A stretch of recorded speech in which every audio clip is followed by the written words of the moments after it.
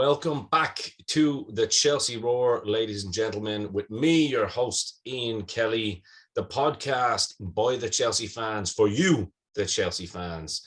And it's very apropos for that slogan today because we have another Chelsea fan on today. Of course, it is, a lot of you will know this man from Twitter, especially all you proper old school Chelsea. It is Billy Brown. Billy, welcome to the show, my friend. Great to have you here. Thank you very much. Nice to be here.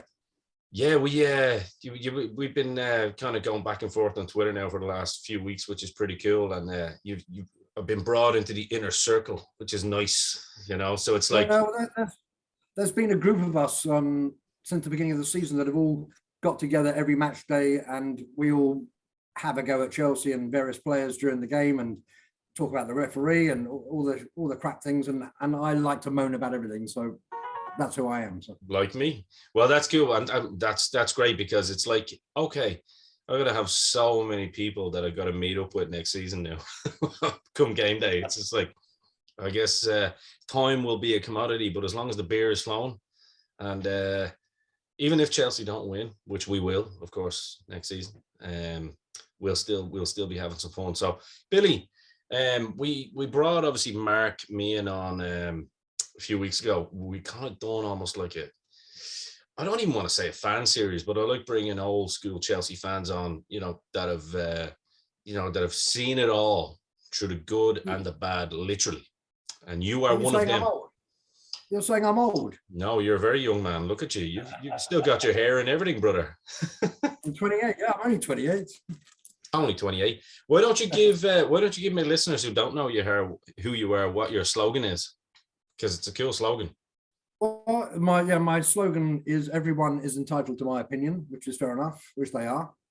They are. And I'm third generation Chelsea. My family, my grandfather was a publican in the West End, so Chelsea were the local team then. So my father naturally was a Chelsea fan, and I was naturally a Chelsea fan. That was, there was no choice. And my son is fourth generation. And I remember when he was 3 or 4, and he said, "What if I want to support another team?" I said, "I'll pack your bags." That's it. You are Chelsea, that you have no choice. That is it. And he's very, very pleased that he is Chelsea. That's the way it works. Yeah, but he's seen, he was born in 2001, so he's seen all the great years. I saw a lot of the shit. I saw a hell of a lot of the shit years. Yeah, so I'm 38, so I came in, I'd say my earliest memories properly watching on TV would have been like tail end of, say, no, I would say the tail 1992 would be realistic. So we're still seeing some shit years back then, to be fair. Yeah, we still weren't brilliant then, although we had a couple of decent players. Couple of okay seasons. 86, we won the Full Members Cup, which for me is still one of my greatest days ever as a Chelsea fan. Obviously, we won the Champions League and all the other trophies, but I waited so long for us to win a trophy. I was too young in 70 and 71. I was only a kid, a little kid, so I didn't really appreciate it. Are you trying to say that there was a Chelsea before 2004? There was. My days, what's going on? Well, we won the championship in 55. We won the League Cup in 65. We won the FA Cup in 70, the European Cup in 71. And then it all went, and then we got knocked out. I remember my dad took me to Wembley in 72, and I was 10 years old. We played Stoke City and we lost the final. And I cried after that final. It was depressing. And then after 72, we just went downhill. Brian Mears, the idea was to build an 80,000 seater stadium back then, and Chelsea were going to be developed into a huge club. And of course, then there were strikes after they built the East Stand, and it all went horribly wrong. And then Chelsea were in financial shit, and we ended up selling a load of old players, all our best players. Then we went down to the second division, up again, down, up, down, up, down. We were the yo-yo team of going up and down in the first and second division. That's actually pretty cool, because even though I wouldn't have been around for that time period, I was a big, for all you kids out there, I like to say this on my other podcast as well, Dynamo's Dozen, which we just talk about lots of shit. I was a big proponent, obviously, of VHS because that's what I was growing up with, at the time. And the one thing I made sure I had at the end of every season, because I had Sky Sports over here in Ireland, like the UK, So I'd see the games when they were on. And then when the games weren't on, I would make sure to tune into either a pirate radio station or some sort of AM station and get like the most muffled version of a live game that you could possibly get. But I always had the season reviews and stuff like that. And then I had you probably know the VHS I'm talking about. It came out in about 96 or 97. It was the history of Chelsea. And it just kind of went through literally the whole history. So, I mean, I had that while I was playing Football Manager. I had that on the background. Literally, I'd rewind it. You know, it took you like 3 hours to rewind the fucking thing. And then I'd start it again. But so I was kind of really just engulfed. It was in my blood, you know, that way. Because again, like my dad was a Chelsea fan, as a lot of the listeners know. So one thing I wanted to say to you, which is really cool, it's crazy when you think of the players that have passed through Chelsea, and some of which you've actually seen. You know, great players like George Graham, of course. I was a bit too young for him, but Osgood, I did see. But Terry Venables, even, you know, with Chelsea. Yeah, again, I was too young to see him. Okay. In the 60s. I was born in 61, so 63, 64, 65, even up till 66, 67. I was just too young to appreciate football. And I suppose the point I'm making, on TV like it is now, you know, every day it's barely on TV.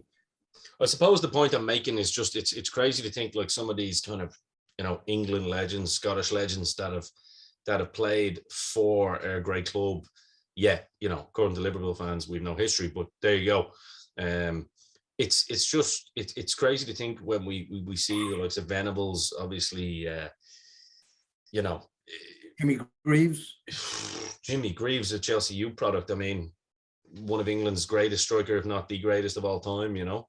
Well, I think that team full of those players won the FA Youth Cup in 61 and 62. I think they were the players of that time that won the League Cup in 65 as well. So 100%. So like there's been some amazing talent that has passed through the Stamford Bridge gates, and they literally were gates back then. So it's really cool to hear. So you obviously, it was, as you say, it was in your DNA. You were brought to the games at a very, very young age. As you mentioned to me off air there, your favorite part was running up and down the stairs. And then at that age, 3 or 4 years old, I wasn't interested in football. I was more interested in running up and down. Of course, the old North Stand, and we sat in the upper tier of the North Stand, which used to sway in the heavy winds. You know, nowadays they wouldn't even they'd shut it down. But in those days, health and safety wasn't of interest to anybody in those days. What's it like for you now? You know, for the likes of me, I mean, I suppose when I first saw Stamford Bridge, obviously it didn't quite look like it is now either. Even in the early 90s, it's still, you know, I had the one tier of the West Stand, you know, while it was still in development and stuff like that, and still see the kind of elements of the kind of wider kind of racetrack or whatever that was still there. The fans weren't as close, basically, is what I'm trying to say. It was a very big ground. Yes, it had a running track, and you were quite a distance away from the pitch, and the pitch was a bigger pitch then as well. Now we have one of the smallest pitches in the league. We do, which is crazy, yeah. Like, but for you, looking at the development of Stamford Bridge from then to now, it must be crazy, especially when you hear people talking about the redevelopment of Stamford Bridge and trying to make it into the 60,000 seater. It must be crazy for you seeing it from, you know, the age you were back 3 and 4 to now, which is still a nice stadium. It's a very traditional old school looking English stadium. It is still a nice stadium, but compared to Arsenal or Spurs, it's almost retarded by my son sent me a message. They look like today. rocket ships though, man. They look like spaceships almost. Well, they're weird. I went to Arsenal, was it last season or the season before, with one of my old band mates, who's a Gooner. And, you know, at halftime, you go into almost like a restaurant. You're sitting on leather sofas and you have chicken in the basket and it's all brought over to you. It's all very civilized. Sure. In my day, you got Bovril and a pie, and that was it. You know, that's what you got. And you said thank you. Yeah, and it wasn't civil at all. It was you know, cheap, horrible pies or a hot dog. What were they called? A Whistler's hot dog, which tasted like shit, but you didn't care, and a Bovril, and that's what you had on a cold, you know, Saturday. That's what you had. Well, I That was gotta it. say the chicken nuggets or chicken goujons or whatever they serve now are actually pretty nice, to be honest with you. I gotta say. Oh, I'm sure they are, but in my day, the best you could get was a pie, and you had no idea what was in it. You didn't ask, you just ate it. Probably all sorts that we can't mention here. Yeah. Um, it's crazy. Prime rat. Possibly, but don't mention the horse meat. Yeah. I thought I'd do something here and put you on the spot a little bit. Yeah. I want you to give me, because you've got a wide, now this is just from your own personal opinion. You've obviously seen many different generations. I suppose the 70s probably would have been really when you start, Yeah. really kind of being aware of players that then became your heroes. So 70s, 80s, 90s to 2000s. And so I said I'd throw you on the spot. No particular order now. I'm not that bad. I want you to give me your top 5 players Oof. of all time for Chelsea. That's a tough one. I know, I told you I was giving you a top 5 of something, but I mean, Didier Drogba's got to be up there without question. yeah. Gianfranco Zola's got to be there as well. In terms of goalkeepers, I suppose Benetti, because he was a hero as a kid. The cat. Although Petr Cech was a much better keeper in that respect. Defenders wise, I'd probably go with Petrescu. I love Dan Petrescu. He was a fantastic player. Love him. Very underrated as well. Oh, he was brilliant. I mean, he was a proper wing back. That's what he was. But he was brilliant. And centre halves, I suppose. I saw Desailly, I saw Leboeuf, who are both fantastic players. But of course, JT, captain, leader, legend, he's got to be there. So those would be my 5. I like it. And you done one even better. You picked them in positions too. I wasn't even asking that. I like that. I'm not going to give my top 5 because I didn't actually put thought into it. But to be fair, there was probably a couple in there, definitely 3 in there that would definitely be in my top 5. JT, Drogba, and Zola for sure. Zola was my first hero at Chelsea, followed by Vialli. I love Kerry Dixon in the 80s. He was a fantastic forward. Didn't get the recognition that he deserved in terms of England, but England had this habit of never picking Chelsea players that they should have done. For whatever reason, they hated Chelsea and they just didn't pick our players. And Kerry Dixon probably would have been a much better striker than half of the players that they had at the time.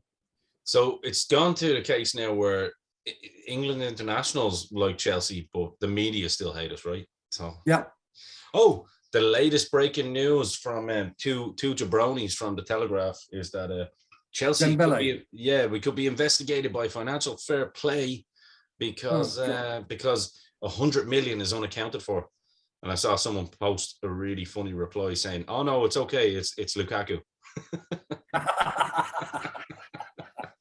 Yeah, so I'm not a fan of Lukaku at all. Nobody's a fan of Lukaku. My latest show from yesterday will tell exactly what I think of Lukaku. I think I wished him to get a really bad cold. I think I started off saying I hope he gets injured, but then I thought, okay, I'm not that type of human. But instead, I hope he gets a really nasty cold. Not COVID now, just a really nasty cold where he feels really uncomfortable for 2 weeks. Yeah. He's lazy. His biggest problem is he's lazy. We've had strikers like whether it's Peter Osgood, in the 70s, Kerry Dixon in the 80s, obviously Drogba, Costa, Jimmy. Jimmy Floyd Hasselbank, of course. And they would come back and defend. And Lukaku is just a lazy see you next Tuesday. He just doesn't do anything. Yeah. And that annoys me. You want to see players work and be proud to wear the shirt. And he's just not one of those players. He's not good enough for the Premier League. The Premier League is a very different league, and that's why Tammy Abraham didn't work for Chelsea, because I saw him a few years ago in the FA Youth Cup final, and he scored the winner against City. I took my boy and one of his friends to the FA Youth Cup final, which was great fun. And Tammy's problem was he wasn't strong enough for the Premier League. If he had bulked up and got stronger, he would have been perfect, but he was too lightweight, and that's why he'd get bullied off the ball, and that was his problem. Yeah, very thin, still even thin now, even Yeah. his legs, you know what I mean? Well, for Italy, he's fine for their league, but for our league, you need to be strong. You need to bully players off the ball, and Yeah. that's what those forwards all did. They bullied players off the ball. Yeah, I can't imagine Drogba having the same relationship with Lukaku when this is all said and done. Really can't. No, No, they wouldn't be able to play together. No way. no, because I know you know Drogba was kind of advocating for Lukaku a lot, but I mean, there's not really many with his attitude recently and what he's done. I still think what's happened is criminal. To be honest with you, I think it should be investigated. It's just amazing that a club like Inter Milan, with their financial troubles that have been, you know, well known, all of a sudden they get 100 million for, albeit I know they didn't get the full 100 million, but they get 100 million, and what, 3 months into the season, there's that interview, and then all of a sudden he's going back on loan. Yeah, I don't think these new. But apparently we haven't paid for him. The way that the 100 million worked out, it was going to be done over 5 years. So Yeah. we haven't actually paid for him anyway, and we should sue Lukaku for misrepresentation. Absolutely, we sued Adrian Mutu for taking drugs. God damn it! Yeah, So, you know, sue Lukaku for saying he's a footballer. yeah, exactly. And Mutu was a footballer, by the way. Yeah, no, Mutu was a great footballer. Yeah, just a twat for taking drugs. Just, yeah, you know what I mean. But look, that's a great segue. Twat for taking drugs as a footballer, but maybe not if he was a musician. And you are a musician. Exactly. You're in the wrong. Exactly. You're in the wrong industry. So why don't we talk a little bit about music and radio? Because you are a music man. You mentioned your bands there earlier.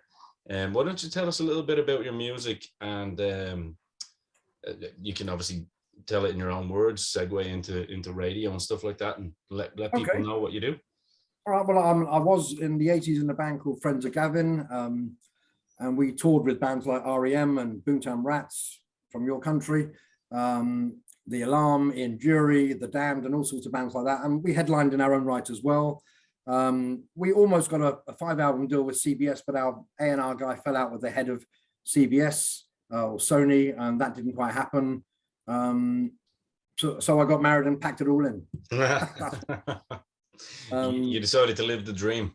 Yeah, live the dream and get a proper job and do what normal people are supposed to do. And then in the very early 90s, I teamed up with somebody purely by chance, and ended up having a dance hit in 91, which was a big hit all over Europe, which was not the sort of music I liked, but I was brought in to play harmonica, ended up co-writing the song, and it became a big hit, and that was fun. And then what was the song? You can't. It was called Come Alive, and the act was called Orchestra JB, and it's all over YouTube. There's millions of versions of it on YouTube. Okay, it's cool. And then a few years later, I got married again, and got a proper job again, and quit music, and then got divorced again, and got back into music about 10 years ago, and started doing solo stuff. Friends of Gavin actually did reform about 3 years ago, and we did a couple of London sellout shows. And we were supposed to bring out an EP, and then I fell out with the record company and with one of the guys in the band. We've all been friends for years, but musically we always fell out. Nick, the bass player, and I always fell out, and we did again.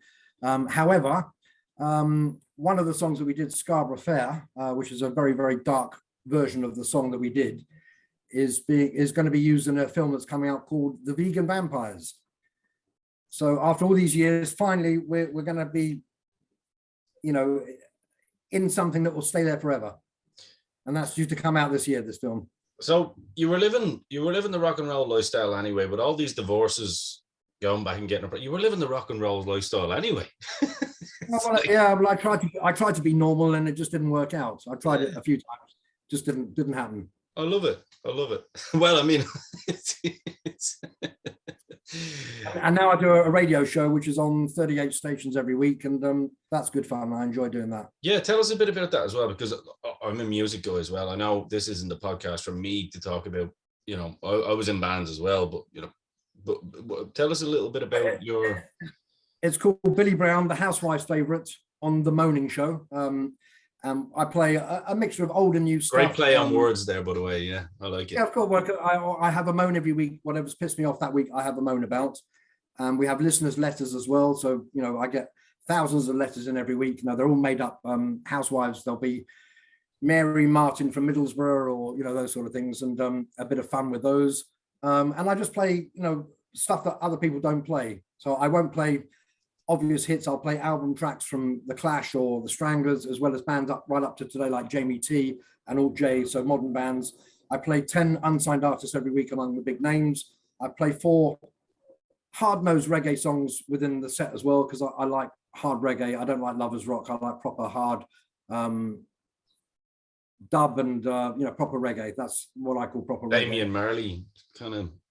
Well, actually, I haven't played Damian Marley yet, but I won't play Bob Marley because I can't stand Bob Marley. It's, for me, Bob Marley wasn't reggae; he was pop music. Yeah, well, Damian Marley goes a little bit harder on paint, doesn't he? Do you know what? I'm going to make a note of that. Damian Marley would be a good idea to play, so I'm going to quickly make a note of that to play it this week. So so I record my shows on Saturdays live, which I do post on Twitter and Facebook. Come on, sorry, I'm just trying to do 2 things at once, and when a man tries to do that, it's not a good idea. Never. Although they say men can't multitask, well, I used to be able to watch TV and ignore my wife at the same time, so it is possible. So. And of course, you can shit and read, so that's multitasking as well. So, yeah. So yeah, Damian Marley, that's a good call. Actually, he's good. And he actually did an album, which I forgot about, with a rap artist that was really good. I've forgotten the guy's name. So that's actually that's actually reminded me. That's what I'm going to go and play one of those tracks from there. Yeah, so because he had the Welcome to Jamrock stuff, and then I think it might have been, which is like, that's fucking hard reggae. You know what I mean? Because it's so aggressive, good. So aggressive. Yeah, that's what I like. Yeah, it's like, this motherfucker's gonna kill you on a beach if he sees you in Jamaica. Exactly. I record the show live on a thing called Mixler on the Saturday, which people tune in, and then it gets sent out that day to 38 stations, which takes me about an hour because I have to send out God knows how many emails with the show and posters and whatever. And then from Saturday evening, it goes out on stations right through the whole week. Sunday, Monday, Tuesday, Wednesday, Thursday, Friday, and Saturday again. It's played right throughout the whole week on 38 different stations. Awesome. Yeah, man. I like it. I like your drive. It's cool. And it's good to have hobbies. It's good to have fun. It's good to kind of still, even when the dream doesn't kind of reach the potential of what you think it is when you're in your kind of teens and, early 20s, it's good to see that fire never burn, that you can still use it to kind of be still creative, I suppose. You know what I mean? So I don't feel my age. Thankfully, I don't look my age. I am who I am, and I just do what I do. And I don't think just because I've reached a certain age, I've suddenly got to wear Marks and Spencer's trousers and go to dinner parties and all that sort of shit. I'm not interested in any of that crap. I just want to be who I am, and my age is just a number. But inside, I'm still young. I love it, and everybody is still entitled to your opinion as well, which is always. They're entitled to my opinion every single day. I love it. Look, let's close up on. We won't talk about this season so much, but let's talk about maybe next season. Kind of music to our ears as Chelsea fans, hearing that Tuchel's basically now being given the keys basically for this season. With the whole transition, I suppose Marina is now literally there to negotiate, and that is it. Well, we don't know if she's going to stay. Well, a word on the street is, all the cool kids are saying anyway, is that she's there till the end of August. I know we're after some geezer from. She can come and stay with. She can come and stay with me with pleasure. Wife number 3. I didn't say I'd marry her. I just said she can come and stay with me. So. Well, if you look at her bank balance, you might just don't get her to sign a prenup. That's a good point. Yeah. Leave that prenup at the door. Send her packing if she asks for that. What about? Well, look, I mean, in terms of Chelsea, we're at a weird scenario. We've actually still got the same manager. And this is what I like, and that's what I was going to say to you. Obviously, Marina's there until the end of August, apparently, just to get these deals over the line, and then that's sayonara. I heard the favorite is the guy from, I don't know his name off the top of my head, the guy from Atletico Madrid, Italian guy. Apparently, there's been talks there. So Scott McLaughlin needs to go. I don't know what he should be head scout of, but it shouldn't be in top level of football. Anyway, I think we can all agree with that. So there's going to be a lot of, like, as much as players are incoming, we're going to see a lot of changes within the backroom staff. Yeah, I mean, some players have got to go. Some players have passed it. Like Dave, sadly, is not the player that he was. If he remains as a squad player, that's fine. The same with Alonso. If he remained as a squad player, but they're no longer first team players, we need people there to replace them. I think Kante, we've seen the best of him as well.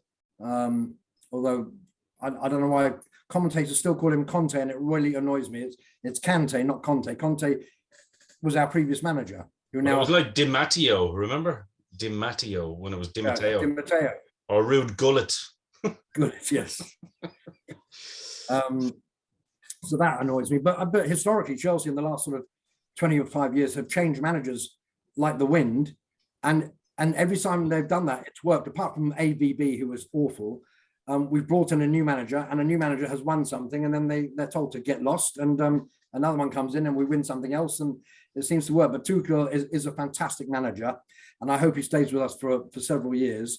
And let's not forget, he inherited a team. You know, what he did with an inherited team was amazing. None of those players were his. Yeah. So to win the Champions League and the Super Cup and the Club World Cup with an inherited team was phenomenal. Yes, the league was disappointing, but you know, we still finished third. We were way behind City and Liverpool, but we beat City in the Champions League final, which for me was great because I hate City. I hate City for what they are. Whereas people say, well, but Chelsea bought their way. And I said, no, you forget that in 97, we won the FA Cup. In 98, we won the League Cup. We won the Cup Winners' Cup. We won the Super Cup. And then 2000, we won the FA Cup again. And then Roman came along. So we were winning trophies. Even a little bit before then, 86, we won the Full Members' Cup. And 1990, the Full Members' Cup. We were winning trophies before Roman came along. Then we stepped up a gear, whereas Man City just bought their whole way into it. And that pisses me off. Yeah, no, and I get you. And what people forget is that Gronkard goal we didn't know anything about the Abramovich takeover, because we talked about it on a show a couple of weeks ago with Mark Worrell. Shout out to Mark. Yeah, Mark's a great man. You know, we talked about it. It was like none of us knew what was coming. It was just Ken Bates, just like that. Oh yeah, I've sold it to the Russian guy, you know, and it was kind of, so we were going into that Champions League anyway as a top three side. So we'd always been up and around that kind of top six, you know, bracket, but really kind of competing to knock at the door.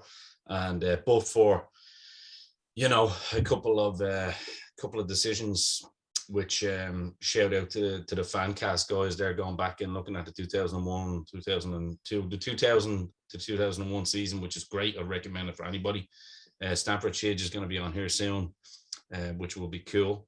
And but yeah, it's like we always had the potential to be there. We were the original sleeping giant, if you will.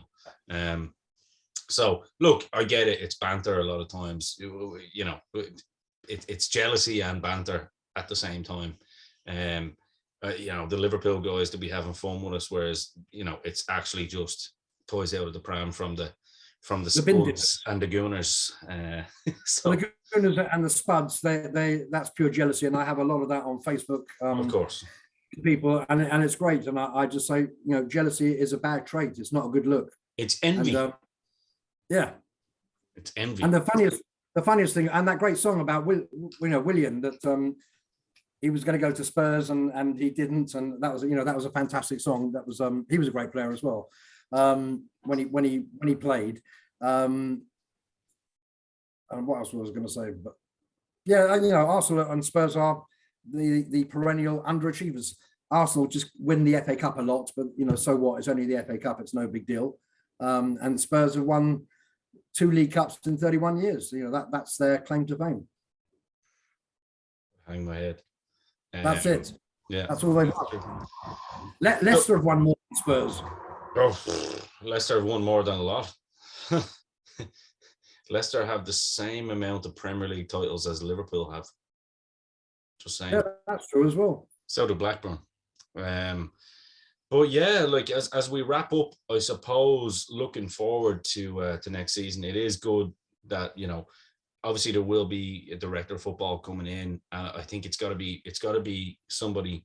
And I guess this is the conversation. If they've pinpointed this guy from Atletico Madrid who has a pretty decent track record, just from the vague research that I've done. If that is going to be the case, that he's going to be the guy that comes in, I'm sure there's already been conversations with Todd Bowley, because I've done quite extensive research on Todd Bowley. I'm a big American sports fan anyway. I not so much baseball, but I'm a big fan of it. And looking at what they did with the LA Dodgers in the first season, they spent big on wages by getting.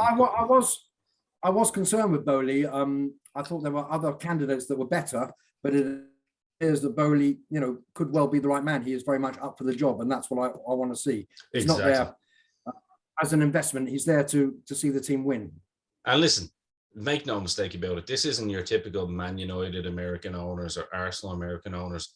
This is the biggest sports purchase of any franchise in history by a long way. You don't spend nearly $4.5 billion just to come in and basically take money, hemorrhage money out of the club. So it's I think it's exciting times. I think it's a new era. I think we're going to see it as a case where Tuchel is allowed to build over the first 2 years, and then we could get that Liverpool model, which is impressive, I have to say. We need a proper centre forward. We didn't have one at all last year. Timo, who I love, is not a striker. I know he scored a lot of goals for the German club that he played for, but he is not a striker. He is really. But he scores goals in the centre forward position for for Germany too. But the problem is he doesn't get many opportunities at centre forward either. But he's not a forward. He's an attacking midfielder. He would be like the good Johnson for Hasselbank. He plays off the main striker. Or the speedy for Dixon. We need a proper centre forward for him to play off. He's almost like a shadow striker, like a second forward almost. Yeah. But he never stops working. And that's what I love about him. He never stops working. He never gives up.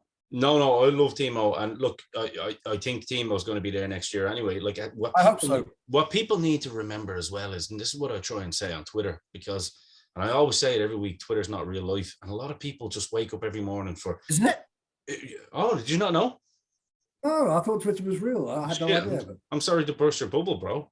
But no, it's like this has been a really quick process, to get new owners in. Right. The amount of work in the background that's going on as well in terms of staff getting their jobs back. People think it's FIFA sometimes, you know what I mean? Well, let's not forget Roman was treated appallingly. If we were Stockport County, there was no way that we would have been forced to sell the club and there would be no sanctions. No. And the country was still buying, oil and gas from Russia. Still is. Companies with Russia. And yet Roman was treated appallingly. And I hope when he sues them in the European courts, he wins. And I think he should do. He didn't invade Ukraine. I also think some of these journalists who are writing shit, like we just mentioned about the 100 million financial fair play, I cannot wait to see their faces when they get the call about defamation and all these stories that were written during it, because I'm gonna take a lot of satisfaction out of that. The media hate us. We know that. Whenever there's a football game on, particularly if it's against Liverpool, you've got all the Liverpool ex-players on there, like Michael Owen talking bollocks. Carragher. Carragher. Cannot stand that man. They just hate us. The media hate us still. We used to be the darlings of the media in the 90s, in the late 90s. They loved us. Now we are a successful club. They hate us. Here's a question for you and all the listeners. Can you imagine that it was JT that spat at that little girl in the car that time? No matter what goading was done, no matter what banter or what prodding was done, can you imagine if JT had been working for Sky Sports and that was him? All hell would have broken loose. That would have been it. Yeah. But Jamie Carragher is a stand-up guy and gives great opinions, yet he cheers on Liverpool live. You know what? I just encourage everybody to not sub to BT and Sky in the next few seasons. Find it in other ways. I'm not saying what ways, but find it in other ways, because it works for me. I don't subscribe to Sky, although my son left his PlayStation here, and I'm able to access Sky on the PlayStation, so I can now watch games that I couldn't. That's okay, because you don't pay for it. Otherwise, I'd be on the laptop and I'd find games that way. That's what I do. Exactly. Legally. Well, Um, as far as I'm concerned, it's legal. It's on a website. It's saying the game is on here, and I click on it, and the game comes up. So exactly, I'm not your I'm not problem. doing it. Not your problem. Right, so we will close up. I suppose next year we're going to see, the Bowley era kicks in, and we're going to see Thomas Tuchel But we get the mustn't players forget. he We wants. mustn't forget Roman. Roman, we mustn't forget. He was, he was an owner like no other, and No, he loved Chelsea, and he did so much for us. We can never thank him enough. and the community, you know what I mean, and like when I was there, which was unfortunate because I purchased the tickets to go to the Brentford game. What a horrible I mean, it was a great experience for me. Do you know what I mean? To bring my dad. Dreadful game. But not only that, Billy, the problem was seeing it like it just dead. It was buzzing for the game, but then dead because I was staying in the Millennium, as I mentioned, and you couldn't walk around the stadium. The staff were just basically there, not known. There were limited staff. The only thing you were guaranteed was breakfast in the morning. You couldn't go and have a beer in the hotel or go to any of the bars. It was like, wow, this is like a dead zone. And I know it's not like that any other weekend. You know what I mean? Everyone's they treated us very badly. It was unfair on the fans, unfair on the people that work for the club, and but the government have been appalling in everything they've done. So even in COVID, they handled that so badly. Well, karma always finds a way of striking back. We hope. And next year, Chelsea Football Club are karma. So what a way to finish the show with a note. Yeah, it'd be nice to win the league. But I'm just going to say that I've got to point out that my greatest ever day being a Chelsea fan was 1986, the full Members' Cup final at Wembley, where both teams had played the day before, and we beat Man City 5-4. It was an amazing game, and finally I saw Chelsea lift a trophy. I know it wasn't an important trophy for many, but for me it was an important trophy. 1990 was a terrible game. Tony Dorigo free kick was the highlight of that game, but the 5-4 Man City game for me was still the best game. The finest Chelsea moment I'd experienced in my lifetime. I love it. Well, Billy, thank you for taking the time. Welcome. Thank you. Come on, absolute pleasure. And I'm sure this is not the last time. Not a hope. We have too many. You I'm sure have too many stories, but also we've got a lot to look forward to next year as well. So you're welcome back on the show anytime. That'll be great. I'm always happy to give people my opinion. Always. Absolutely, and they're entitled to it, right? They are. Yeah. See, I got you. Well, listen, this has been another episode of the Chelsea Roar. I have been your host, Ian Kelly. My guest, Billy Brown. Do check him out. Do you want to shout out your Twitter handle and like that? Yeah, at Billy Brown Songs. Very easy to find. And there is a whole group of us on match days that get together, and we try and include as many as possible on match days. And people join it anyway, and that's fine, which we love. And we just all rant during the game. We're watching it and chatting on Twitter while we do it, and it's great fun. I love it. And also not just the football. We talk. Even though the season's finished, we still get together as a group, and I'll send funny things. Like Prince Charles saying to his grandson, that's the Tottenham there, and by the time you're king, they still won't have won the league. I saw that yesterday. That was it. That made me chuckle quite a lot, actually. I love it. Now do go and follow Billy. He's actually he is a hoot, as they say. He got some great stuff there, and likes to have some fun with it too, because life doesn't always have to be taken too seriously. So very true. With that, my brother, keep the blue flag flying high. Absolutely. And until next time, this has been your Chelsea Roar. Do make sure that you like and subscribe, comment in the comment section below, and let us know what your thoughts are. If anything you agreed with or disagreed. Opposition fans, welcome. Did we say something that triggered you? No problem. Come on the show and we will happily debate you and win, because you are also entitled to our opinion. So with that, we are over and out.